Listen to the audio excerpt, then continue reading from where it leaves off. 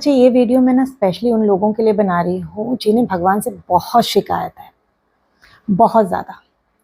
उन्हें लगता है कि भगवान कुछ करता तो है ही नहीं, सारे कर्म तो हमें ही करने पड़ते हैं, चाहे अच्छे हों बुरे हों। अगर भगवान है तो हमारे कर्म काट क्यों नहीं देता?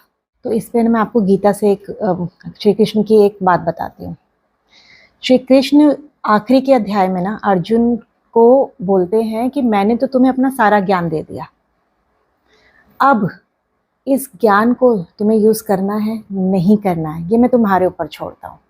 तो यही ना सबके साथ होता है, क्योंकि वो जो कर्म हम लेके आए हैं वो भगवान के नहीं है, वो हमारे क्रिएट किए हुए हैं।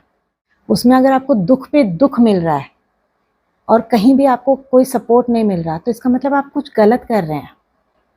और वो गलती पता है क्या है? कि आप यूनिवर्स पे ट्रस्ट नहीं कर रहे, आप खुद पे ट्रस्ट नहीं कर रहे। क्योंकि आप उधर बैठ के जब प्रॉब्लम्स आ रही हैं उसका सॉल्यूशन लेने की बजाय आप भगवान को कोस रहे हैं। भगवान क्या है? अगर मैं भगवान का एक सिंपल लॉजिक दूं, भगवान क्या है? ये पंच महाभूत भगवान है, ये पृथ्वी भगवान है। पहले इनसे कनेक्ट तो होना शुरू कीजिए। जब हम यूनिवर्स के लॉ के साथ कनेक्ट करेंगे ना, तो यूनिवर्स हमारे साथ कनेक्ट करेगा। पहले उसे एक्नॉलेज तो कीजिए कि आप भी उसी यूनिवर्स का हिस्सा हो, उससे अलग नहीं हो। और रही बात कि भगवान हमारे कर्म क्यों नहीं काट देते, इतने दुख क्यों देते हैं, तो एग्ज़ाम पढ़ाई तो आपने की है, एग्ज़ाम भी आप ही को देने हैं और उसका रिजल्ट भी आप ही को मिलेगा, चाहे वो पास हो चाहे फेल हो। इसमें प्रिंसिपल का तो कोई मतलब नहीं है ना, टीचर्स का तो कोई मतलब नहीं है। टीचर्स का तो सिर्फ इतना काम था कि आपको पढ़ा दें, आपको एक अच्छी नॉलेज दे दें, आपको मार्ग दिखा दें। सेम कि भगवान ने हमें पूरे रास्ते दे दिए, सारे मार्ग दिखा दिए, उस मार्ग पे चलना है या नहीं चलना है ये तो आपके ऊपर है ना, ये तो हमारे ऊपर है। इसमें भगवान का क्या कर्म है? पर मैं इसमें एक चीज़ आपको ज़रूर बता दूं कि भगवान आपके कर्म काटते हैं। वो कैसे?